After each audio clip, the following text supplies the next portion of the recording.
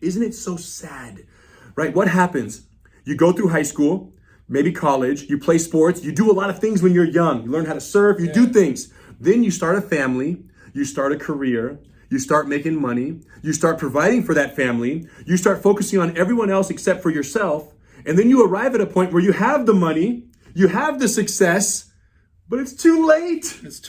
You think it's too late, and it actually isn't. There you go. Talk to them, bro. I already know this.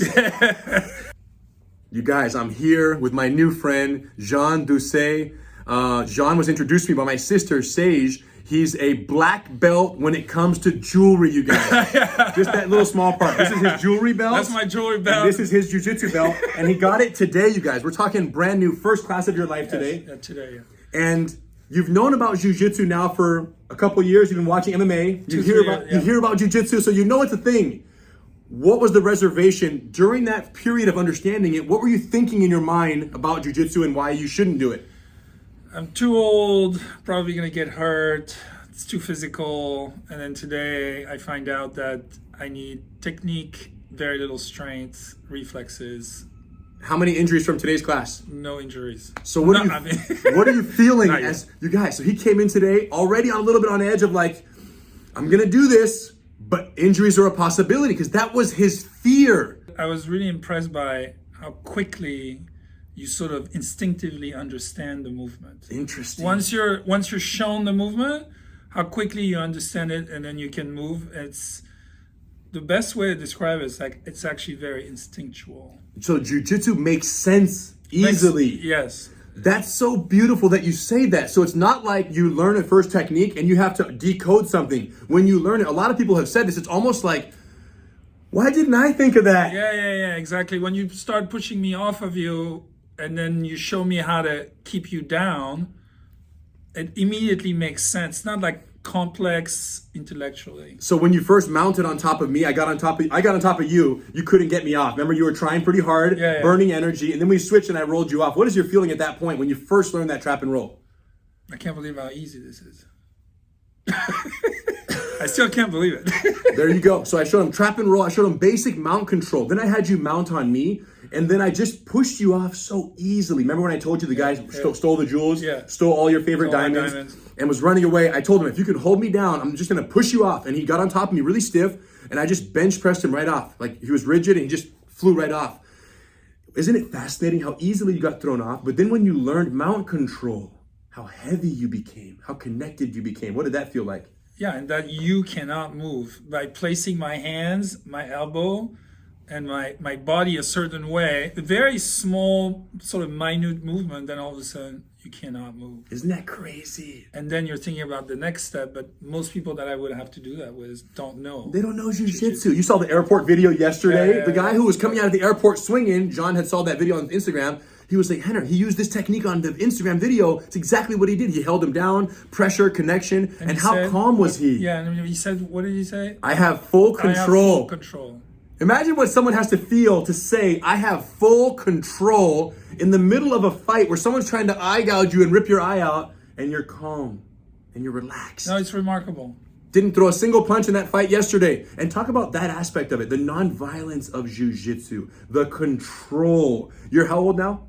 51. 51. You're not trying to break someone's face in. You're not trying to get a lawsuit. So what does the aspect of non-violence mean to you in Jiu-Jitsu? How does that feel? Just like there's a lot of calmness to the instinct and the control. So I could see how this was really imagined as a natural element of, movement. It's I'm really impressed. You guys, he's been around for a long time. Jean can go anywhere in the world, train anything he wants, learn anything he wants, and he's here doing Jiu-Jitsu. He had some reservations. We tried a first class. And I'm mainly speaking to the people out there who are like 40, 41, 42, 51, 52, 61, 62, 71, 80. That range of people who in your mind, you've already started to tell yourself that you had your run. It's too late. It's too late for most things. And then today I realized it's I can't do it again soon enough. It's just you're ready to go. He was like, Henner, what do we got to do? Let's go. How do we do? What do you recommend, Henner? What's the program? Let's do this. I mean, how often should I train, Henner? What do I need to? That was his excitement after the class. Coming in nervous, not sure, fearful injury. Now he can't get enough, wants to already do the next class. So you said most people at this age start to feel that it's too late. Isn't it so sad? Right? What happens? You go through high school, maybe college, you play sports, you do a lot of things when you're young. You learn how to surf, you do things. Then you start a family, you start a career, you start making money, you start providing for that family, you start focusing on everyone else except for yourself, and then you arrive at a point where you have the money, you have the success, but it's too late. You think it's too late, and it actually isn't. There you go. Talk to them, bro. I already know this. It actually isn't. I'm really blown away by today's experience, and I just also that sense of not feeling defenseless.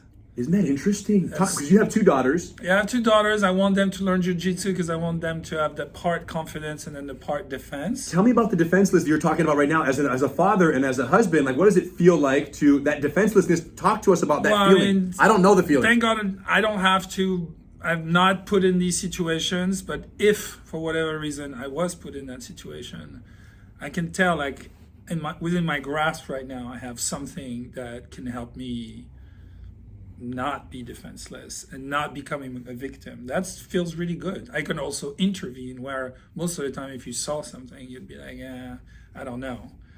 Because you're scared, you don't want to get involved. You don't want to get involved. I don't know what I'm doing. So this feels very exciting because it's like within reach right away. I really thought this was going to be really complex. I mean, I understand there's thousands of techniques, but it's not complex. It's just a progression of simple movements. Everything makes so much sense. That defenselessness that you guys feel, this feeling of I'm 51, it's too late. You're wrong, you guys. So after the class, I said, Jean, I'm happy to teach you.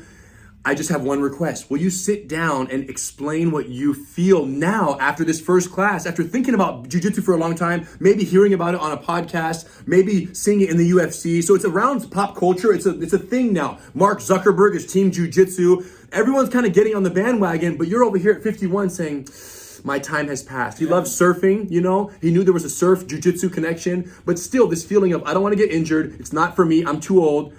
He's wrong. He admits it. He was wrong. And you're wrong, you guys out there. Now, here's the wild part. It does make a difference. Jiu-Jitsu is for everyone if you find the right instructor. Jean can only speak of his introductory experience that he just had with you, with me. He cannot say that BJJ as a whole is great for all 51-year-olds because he doesn't know that. And I can say with a high degree of certainty that BJJ, as it's taught generically around the world, not only is it not for everyone, but for many people, it's a terrible idea. It truly is who you started with and who your teacher is. I'm not the only good teacher. There are many, many good teachers, but I'm telling you, they will make or break the experience. So what I would recommend is go to gracieuniversity.com. We have a bunch of schools all over the world, all of whom we've personally certified to teach beginners in the same way Jean was taught today.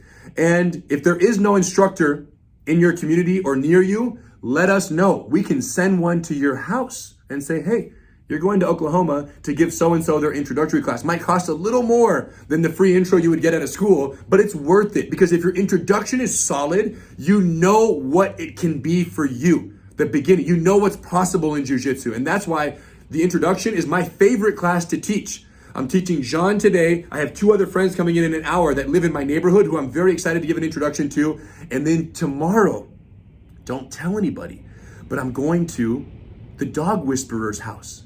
Cesar Milan himself asked for an introduction in Jiu-Jitsu. And I can't wait to go share Jiu-Jitsu with him. Thing.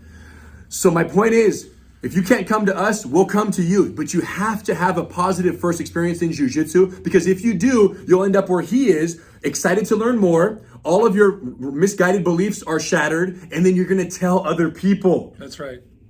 And that's all I want is more Jiu-Jitsu in the world. Thank you, bro. Congratulations, you guys. Much respect. We'll see you guys next time.